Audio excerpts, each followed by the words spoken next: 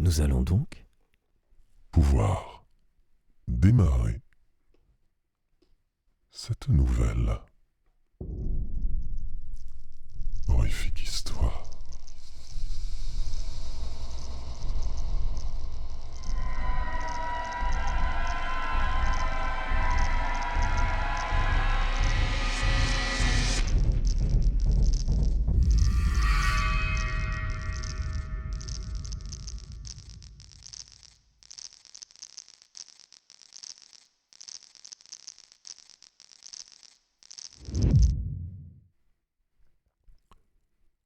Et pour cette deuxième histoire de notre soirée, et peut-être votre première si vous êtes sur une rediff, nous allons lire La possibilité du mal de Shirley Jackson. Si vous voulez un peu de contexte sur qui est Shirley Jackson, je vous invite à aller écouter La Loterie que nous venons d'enregistrer et où je vous lis une petite biographie, évidemment, de cette autrice avant la lecture.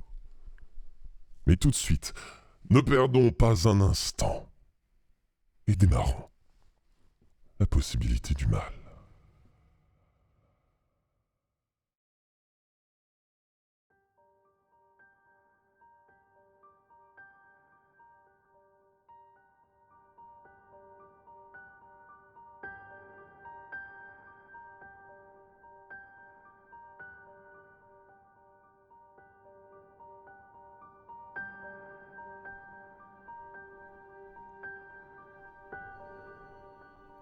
Miss Adela Strangeworth avançait à pas prudents dans Main Street, en route vers l'épicerie. Le soleil brillait, l'air était frais et limpide après la grosse averse de la nuit. Et la petite ville de Miss Strangeworth reluisait de propreté. Miss Strangeworth inspira profondément et pensa qu'il n'y avait rien de plus beau qu'un matin empli des senteurs de l'été.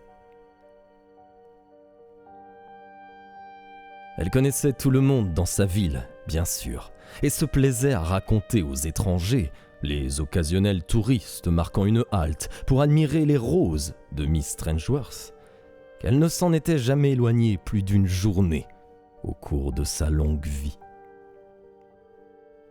Elle avait 71 ans, déclarait Miss Strangeworth aux touristes avec sa jolie fossette au coin de la bouche.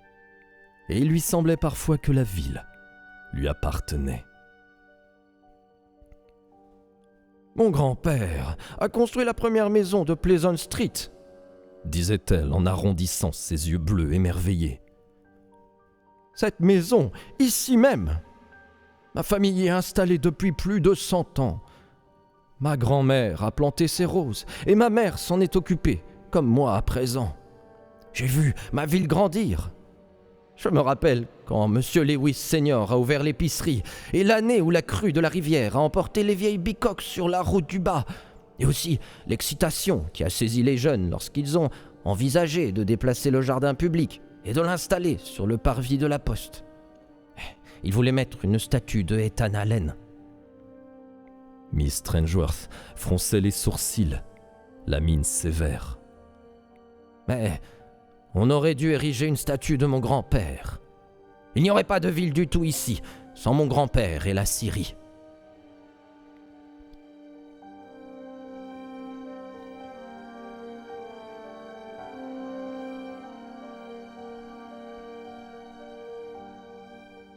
Miss Strangeworth ne donnait jamais aucune de ses roses, bien que les touristes lui en demandent souvent. Les roses faisaient partie de Pleasant Street. Et Miss Strangeworth n'aimait pas l'idée qu'on les prenne pour les emporter dans des villes étrangères, dans des rues étrangères. À l'arrivée du nouveau pasteur, lors de la collecte de fleurs organisée par les dames patronesses afin de décorer l'église, Miss Strangeworth avait envoyé une grande corbeille de glaïeuls. Si elle cueillait parfois des roses, elle les plaçait dans des vases et dans des coupes chez elle, à l'intérieur de la maison que son grand-père avait construite.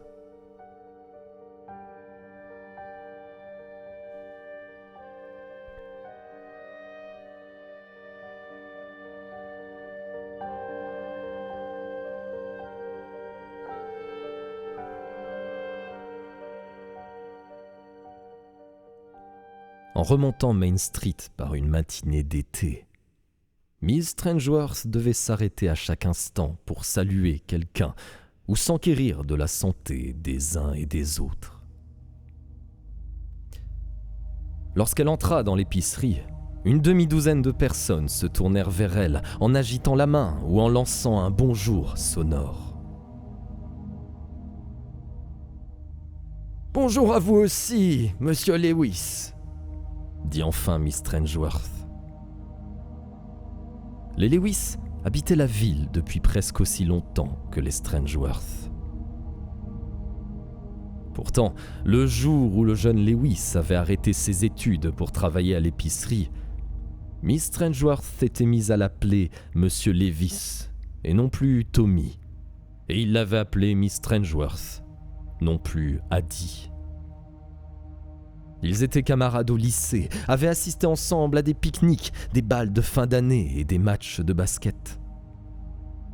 Mais à présent, Monsieur Lewis se tenait derrière le comptoir de l'épicerie, et Miss Strangeworth vivait seule dans la maison familiale des Strangeworth, dans Pleasant Street.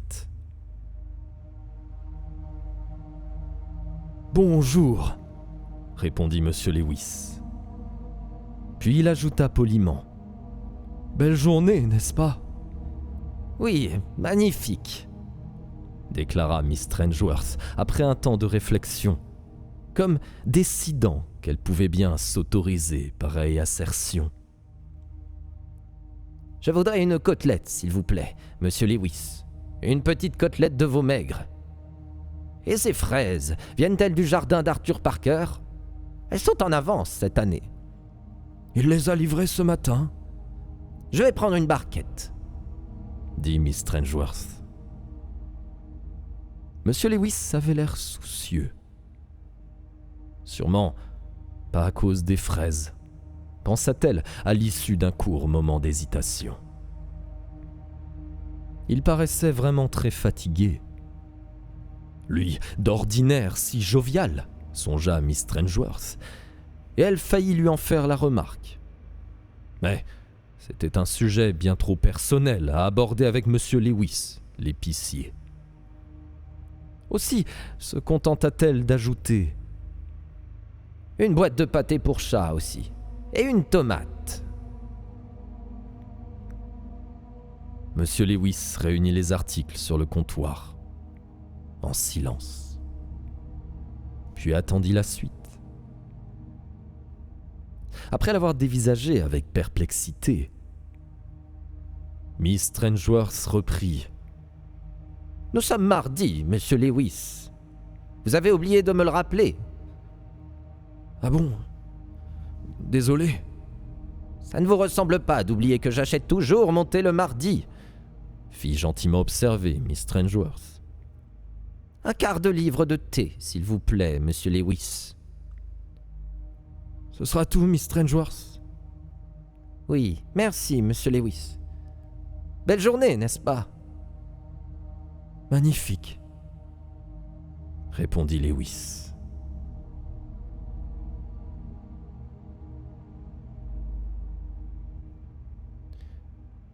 Miss Strangeworth s'écarta légèrement pour laisser Miss Harper s'approcher du comptoir. « Bonjour, Adela, » dit Miss Harper. Et Miss Strangeworth répondit.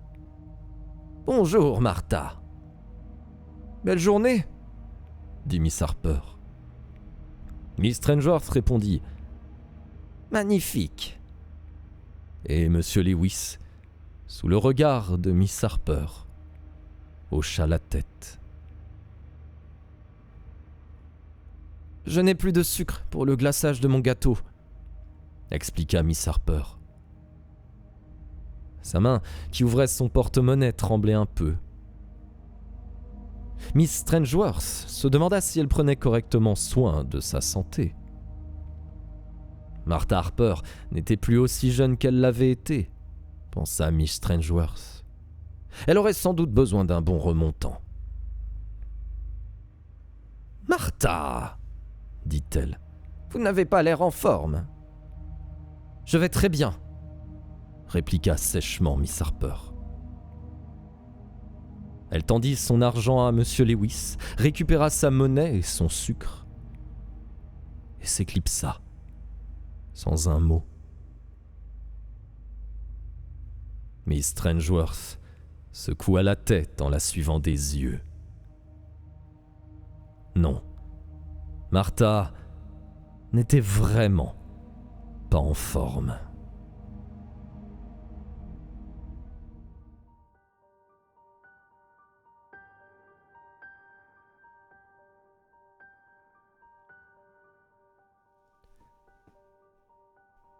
Son petit sac de provisions à la main, Miss Strangeworth ressortit sous le soleil radieux et s'arrêta pour sourire au bébé des Crane dans son landau. Jamais elle n'avait connu de jeunes parents aussi gâteux de leur enfant que Don et Helen Crane, pensa-t-elle avec indulgence en contemplant le bonnet du bébé au motif finement ouvragé et sa couverture bordée de dentelle. Cette petite fille exigera de vivre dans le luxe toute sa vie, dit-elle à Helen Crane. Hélène rit. C'est ce qu'on lui souhaite, d'être une princesse. Une princesse traverse parfois de grandes épreuves, rétorqua Miss Strangeworth. Quel âge a son Altesse maintenant? 6 mois mardi prochain, répondit Helen Crane, en posant sur son enfant un regard plein d'adoration. Mais je suis un peu inquiète. Vous croyez qu'elle devrait bouger davantage et essayer de se tenir assise, par exemple? Se faire du souci à propos de tout et n'importe quoi, décréta Miss Strangeworth avec un sourire amusé. Voilà bien une nouvelle maman. Quand même, je la trouve lente, insista Helen Crane. Sottise! Chaque bébé est différent. Certains se développent plus vite que d'autres. Helen Crane eut un rire vaguement honteux. C'est ce que dit ma mère. J'imagine que le jeune Don est complètement tourneboulé à cause de vous maintenant, parce que sa fille âgée de 6 mois n'a pas encore appris à danser. Non, je ne lui en ai pas parlé. Je suis tellement folle d'elle, vous comprenez. J'ai peur tout le temps. Eh bien, présentez-lui vos excuses immédiatement, ordonna Miss Strangeworth. C'est elle qui doit s'inquiéter de vous voir si agité. Un sourire aux lèvres, secouant sa vieille tête. Elle repartit dans la rue baignée de lumière, interrompit sa course à nouveau pour demander au petit Billy Moore pourquoi il n'était pas en train de se promener avec son papa dans sa nouvelle voiture flambant neuve, et, devant la bibliothèque, pour discuter avec Miss Chandler, la bibliothécaire, des nouveaux romans qui allaient être commandés et payés par la dotation annuelle. Miss Chandler avait l'air distrait de quelqu'un qui pense tout à fait à autre chose. Elle s'était mal coiffée ce matin, remarqua Miss Strangeworth, qui détestait la négligence et le manque d'application.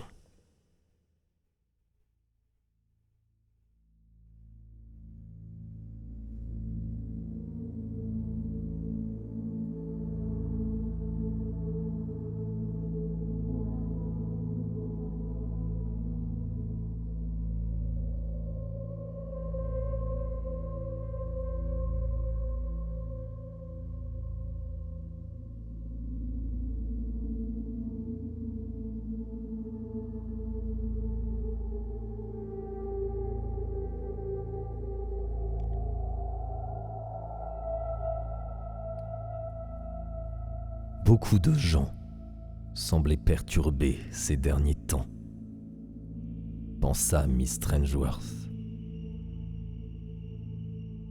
Pas plus tard qu'hier, Linda Stewart, âgée de 15 ans, était sortie de chez elle en courant et avait pleuré pendant tout le trajet jusqu'au lycée, sans essayer de cacher ses larmes.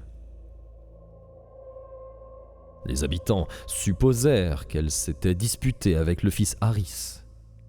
Mais par la suite, on les vit ensemble à la buvette après la classe, comme d'habitude. La figure sombre et sinistre.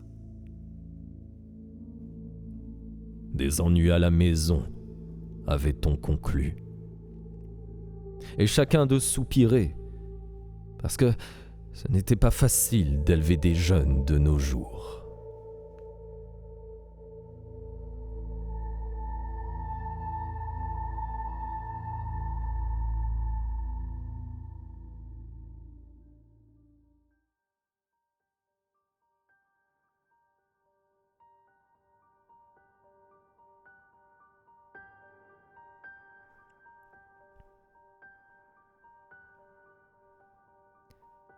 En s'engageant dans sa rue, Miss Strangeworth sentit la forte odeur de ces roses.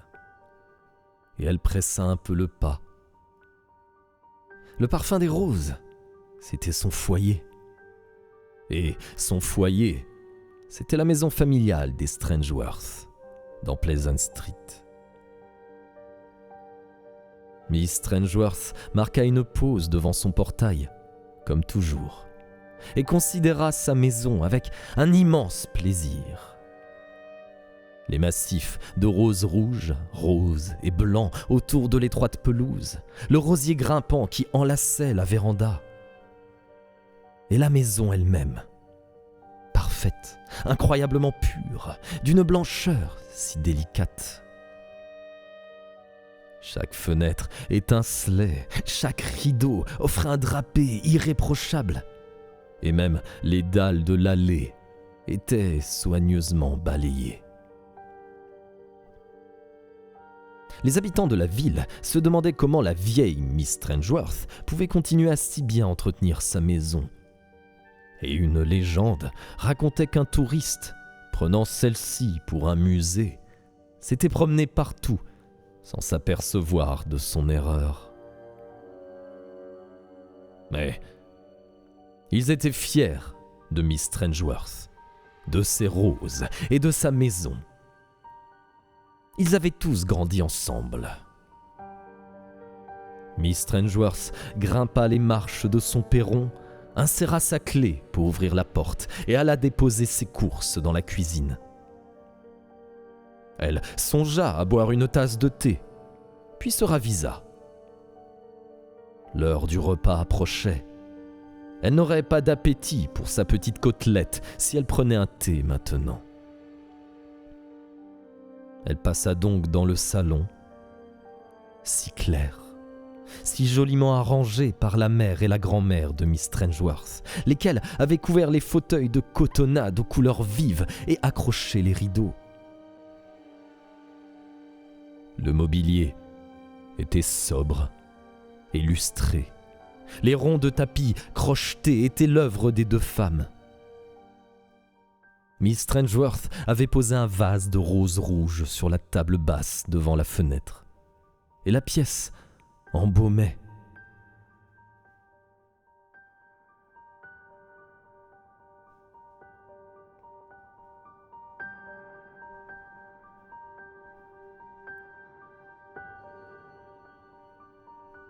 Miss Strangeworth alla déverrouiller le petit bureau, logé dans le coin de la pièce.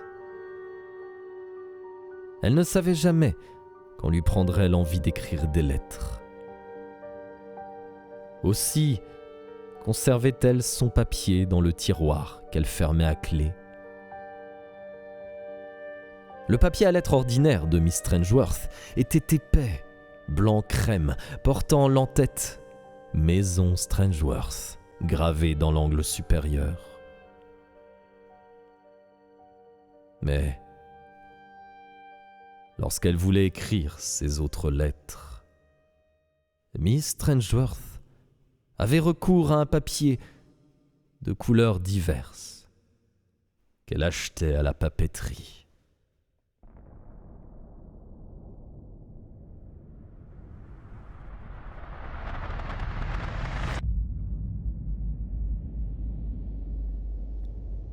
C'était presque une plaisanterie parmi les habitants, ces blocs de feuilles roses, vertes, bleues et jaunes. Les habitants s'en servaient pour griffonner des messages et des listes de courses. Si l'on recevait un mot sur une feuille bleue on se faisait la réflexion qu'un tel aurait bientôt besoin d'un nouveau bloc. Voilà qu'elle arrivait déjà au bleu. Tout le monde utilisait les enveloppes assorties pour ranger des recettes, rassembler des menus objets dépareillés, ou même pour protéger les biscuits dans les paniers repas des écoliers. Monsieur Lewis en donnait parfois aux enfants afin qu'ils emportent leurs bonbons.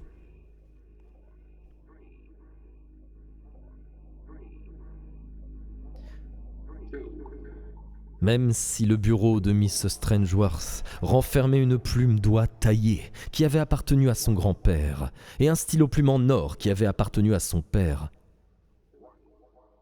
Miss Strangeworth rédigeait toujours ses lettres avec un crayon à papier émoussé, en majuscules, imitant une calligraphie enfantine. Elle réfléchit un instant, bien qu'elle eût déjà composé sa missive en chemin. Puis écrivit sur une feuille rose. Vous n'avez jamais vu un bébé débile?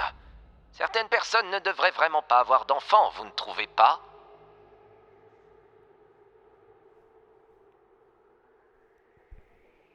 Sa lettre lui plaisait. Elle aimait que les choses soient bien faites. Quand elle se trompait, comme cela lui arrivait parfois, ou que les caractères n'étaient pas correctement espacés sur la page, elle l'emportait immédiatement dans la cuisine pour la brûler à la gazinière. Miss Strangeworth ne remettait jamais rien à plus tard.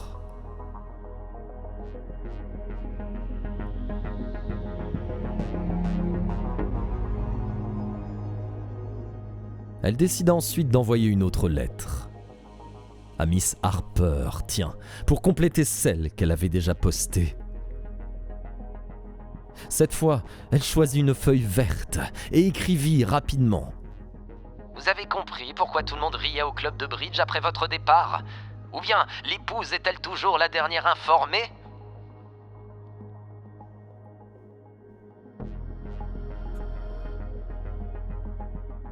Miss Strangeworth ne livrait jamais aucun fait. Ses lettres se contentaient d'introduire un vague soupçon. Monsieur Lewis n'aurait jamais imaginé que son petit-fils puisse voler dans le tiroir-caisse s'il n'avait pas reçu une des lettres de Miss Strangeworth. Miss Chandler, la bibliothécaire, et les parents de Linda Stewart auraient continué à vivre dans la plus complète innocence si les lettres de Miss Strangeworth ne leur avaient pas ouvert les yeux.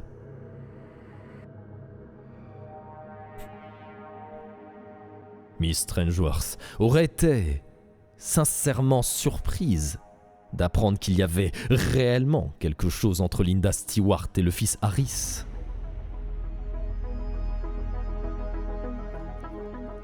Mais tant que le mal existait dans le monde, à l'insu de tous, elle se faisait un devoir d'alerter la population. Mieux valait que Miss Chandler se demande de quoi était vraiment morte la première femme de Monsieur Shelley, plutôt que prendre un risque en l'ignorant. Il y avait tellement de gens méchants ici-bas, et une seule Strangeworth encore en vie. Du reste, Miss Strangeworth aimait bien écrire ses lettres.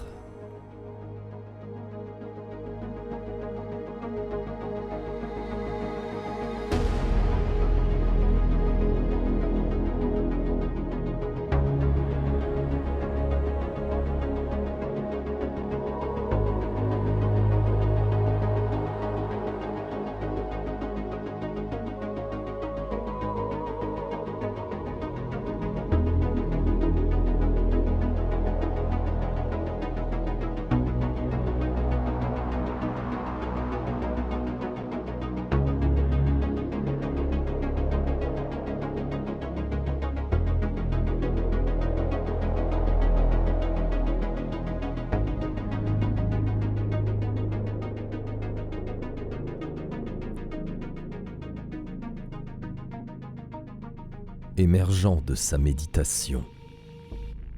Elle inscrivit le nom et l'adresse de Don Crane sur une enveloppe, rose comme le papier, et se découvrit curieuse de savoir s'il montrerait la lettre à sa femme. Elle adressa ensuite une deuxième enveloppe verte à Miss Harper. Puis, prise d'une idée subite, elle attrapa une feuille bleue et écrivit. On ne sait jamais avec les médecins. Rappelez-vous que ce ne sont que des êtres humains et qu'ils ont besoin d'argent comme nous tous. Imaginez que le scalpel glisse malencontreusement. Le docteur Burns toucherait-il ses honoraires ainsi qu'un petit bonus de la part de votre neveu ?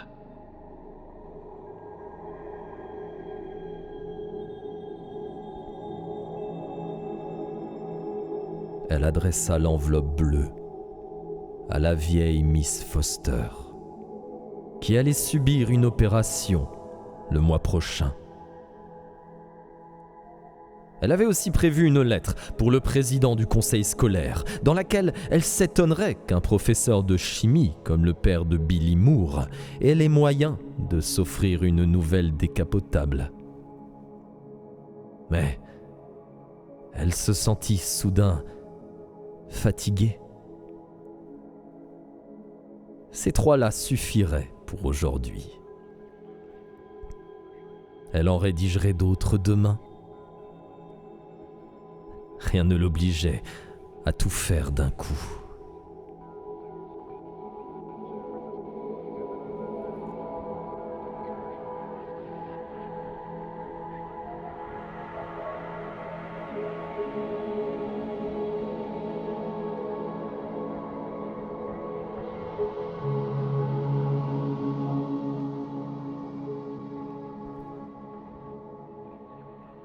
Elle écrivait ses lettres, parfois 2 ou 3 par jour pendant une semaine, parfois une seule en un mois, depuis 1 an. Elle ne recevait jamais aucune réponse, évidemment, puisqu'elle ne les signait pas. Lui eût-on posé la question, elle aurait répondu que son nom, Adela Strangeworth, un nom si ancien, si respectable par ici, ne pouvait être associé à pareille bassesse. La ville où elle habitait devait rester propre et saine. Mais partout les gens s'adonnaient à la luxure, au mal, à l'infamie. Il fallait les surveiller. Le monde était tellement vaste, et n'y subsistait plus qu'une seule Strangeworth. Miss Strangeworth soupira, verrouilla son bureau et glissa les lettres dans son grand sac en cuir noir, afin de les poster quand elle sortirait pour sa promenade du soir.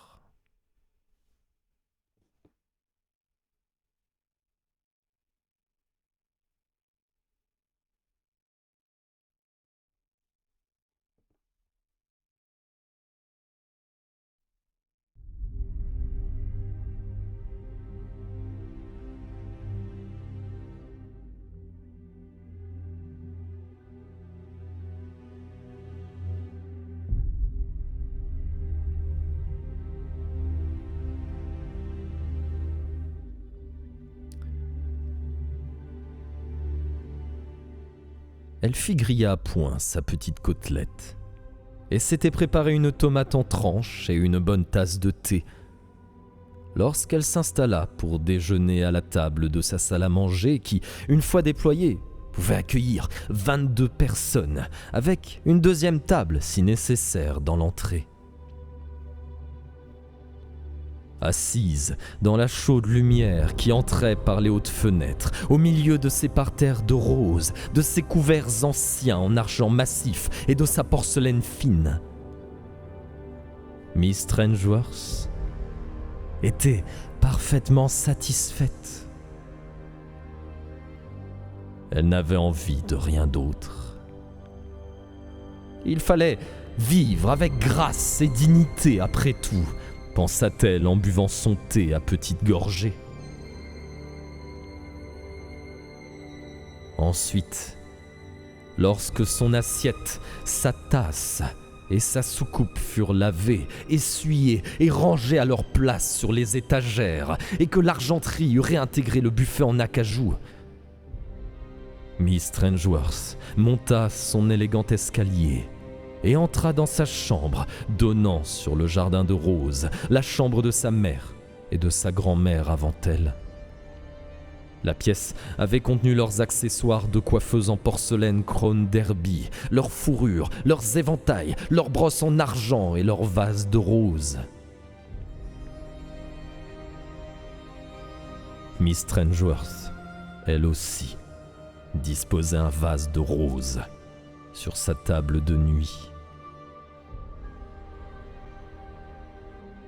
Elle ferma les rideaux, retira la courte pointe de satin sur le lit, ôta sa robe et ses chaussures, et se coucha, en s'abandonnant à sa lassitude. Elle savait qu'aucune sonnette ni téléphone ne retentirait. Personne n'oserait déranger Miss Strangeworth durant sa sieste. Elle dormit, au cœur de la puissante odeur des roses.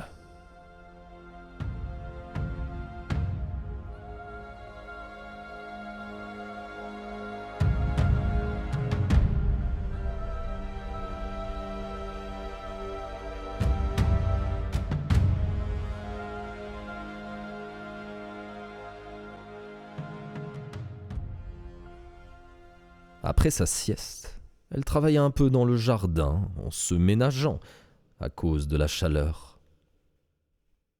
Ensuite, elle dîna. Elle mangea des asperges de son propre potager avec une sauce au beurre doux et un œuf à la coque. Tout en mangeant, elle écouta les nouvelles, puis un programme de musique classique sur sa petite radio. Enfin, après avoir fait sa vaisselle et rangé sa cuisine, elle prit son chapeau. Les chapeaux de Miss Strangeworth étaient légendaires. Les habitants de la ville ne doutaient pas qu'elle les avait hérités de sa mère et de sa grand-mère. Et, fermant la porte de sa maison, elle partit pour sa promenade, son sac sous le bras. Elle salua de la tête le père de Linda Stewart, qui profitait de la douceur de la soirée pour laver sa voiture. Elle trouva qu'il avait l'air troublé.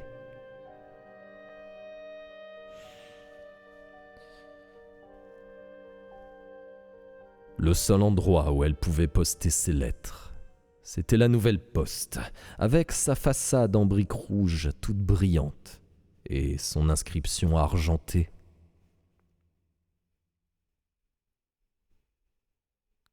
Bien que la question n'ait jamais préoccupé outre mesure Miss Strangeworth, elle veillait à poster ses lettres avec la plus grande discrétion. Il était évidemment préférable qu'on ne la voie pas. Par conséquent, elle s'arrangeait pour arriver à la poste au moment où la nuit tombante effaçait les arbres et les contours des visages. Même si nul n'aurait manqué de reconnaître Miss Strangeworth, son petit pas prudent et le bruissement de sa jupe.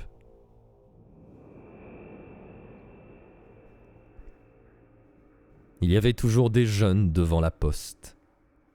Les cadets, chaussés de rollers, tournoyaient sur l'allée qui encerclait le bâtiment, unique surface parfaitement lisse de la ville. Les plus âgés, capables déjà de se rassembler par petits groupes, discutaient entre eux, s'esclaffaient et se préparaient pour la grande aventure consistant à se rendre, un peu plus tard, à la buvette de l'autre côté de la rue.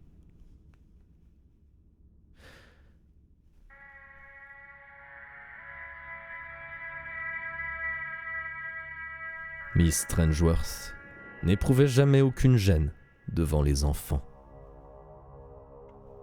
Elle n'avait pas l'impression qu'il la dévisageait de manière inconvenante, ni qu'il se retenait de rire dans son dos. Quels parents indignes, en effet, auraient permis à leur progéniture de se moquer de Miss Strangeworth de Pleasant Street. Les enfants reculèrent pour la laisser passer, en observant un silence respectueux.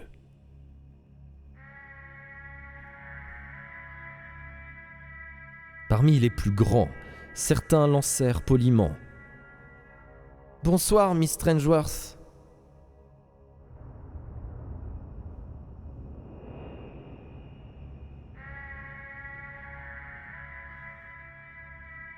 Miss Strangeworth leur sourit et continua son chemin sans ralentir.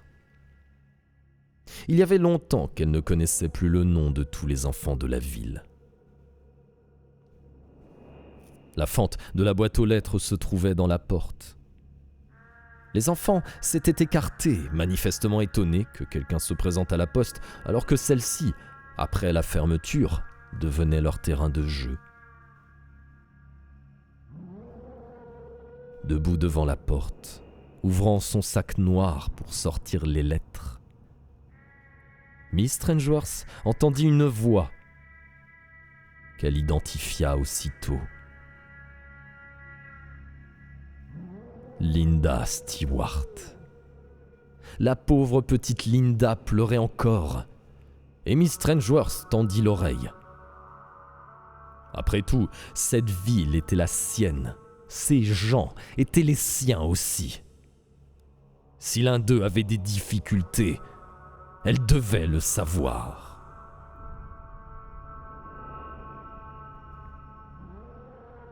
« Je ne peux pas te le dire, Dave, » disait Linda. C'était donc bien au fils Harris qu'elle parlait, comme l'avait supposé Miss Strangeworth.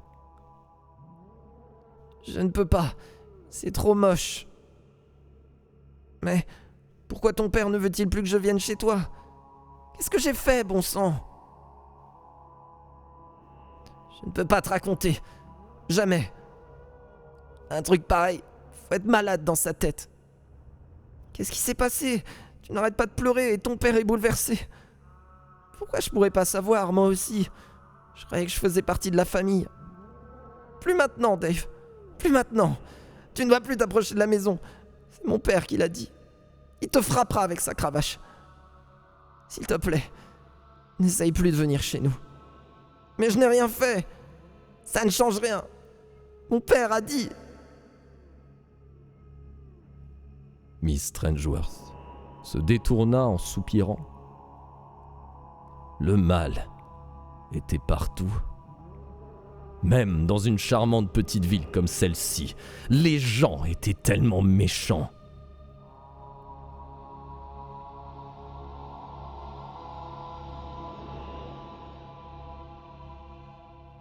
Elle glissa ses lettres dans la fente. 2 tombèrent à l'intérieur. Mais la 3e fut déviée et chuta aux pieds de Miss Strangeworth. Elle ne s'en aperçut pas, parce qu'elle était en train de se demander s'il ne serait pas bénéfique d'envoyer une lettre au père du fils Harris afin d'éradiquer ce mal potentiel. Miss Strangeworth s'éloigna, lasse et impatiente de retrouver son lit confortable dans sa jolie maison. Elle n'entendit pas le fils Harris, qui l'appelait pour lui signaler qu'elle avait perdu quelque chose.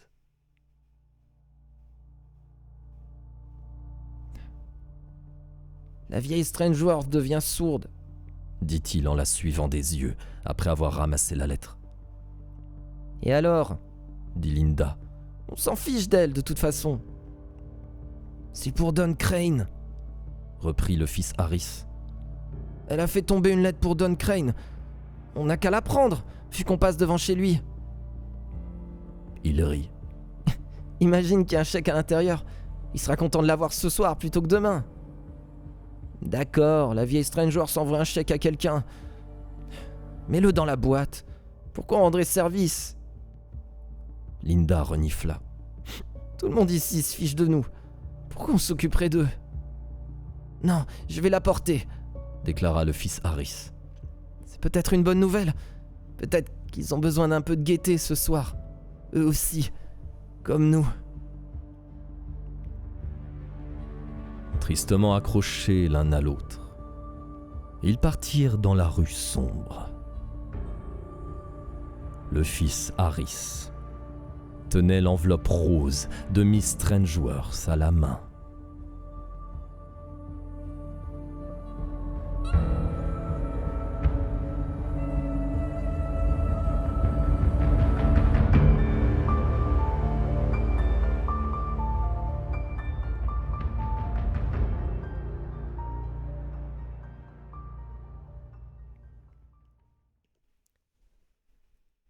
En s'éveillant le lendemain, Miss Strangeworth se sentit intensément heureuse. Un instant, elle se demanda pourquoi. Puis elle se rappela que ce matin, 3 personnes ouvriraient ses lettres. Un coup dur, peut-être, au début. Mais la méchanceté n'était pas chose facile à bannir. Et pour qu'un cœur soit propre, il fallait le récurer. Elle se lava le visage, sa vieille peau si douce, brossa ses dents, toujours saines, malgré ses 71 ans, puis enfila soigneusement ses vêtements douillets, aux couleurs tendres, et ses bottines à boutons. Elle descendit l'escalier en songeant qu'il serait bien agréable de déjeuner d'une petite gaufre dans la salle à manger ensoleillée. Aperçut le courrier dans le vestibule et alla le ramasser. Une facture, le journal du matin, une lettre dans une enveloppe verte qui lui semblait reconnaître. Miss Strangeworth se figea, contempla l'enveloppe et l'écriture au crayon, et pensa « On dirait une de mes lettres. L'une d'elles m'a-t-elle été renvoyée? Non, parce que personne ne saurait où l'adresser. Comment celle-ci est-elle arrivée ?» Miss Strangeworth était une Strangeworth de Pleasant Street. Aussi, sa main ne tremblait-elle pas quand elle ouvrit l'enveloppe et déplia la feuille de papier vert. Elle pleura sans bruit sur la méchanceté du monde lorsqu'elle lut « Regardez ce que sont devenues vos roses. »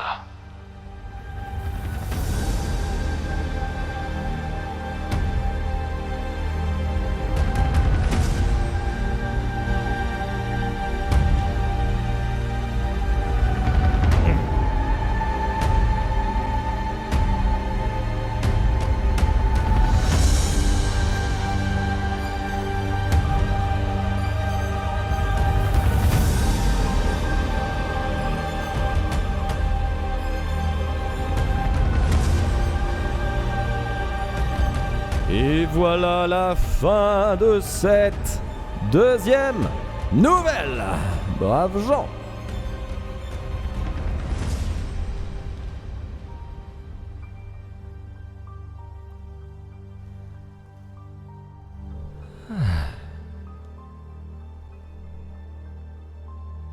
Et oui, orge en sumérien.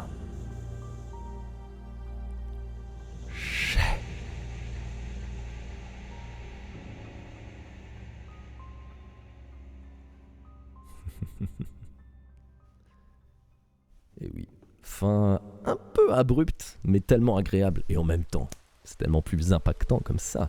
Très belle histoire, illustration, merci Dame Kidan, effectivement très stylé. C'est rose qui coule sur le papier. Pas sûr d'avoir tout compris. Oh c'était une vieille mégère qui proférait des commérages absolument faux, juste pour foutre le zbeul. Bien chais pour sa gueule.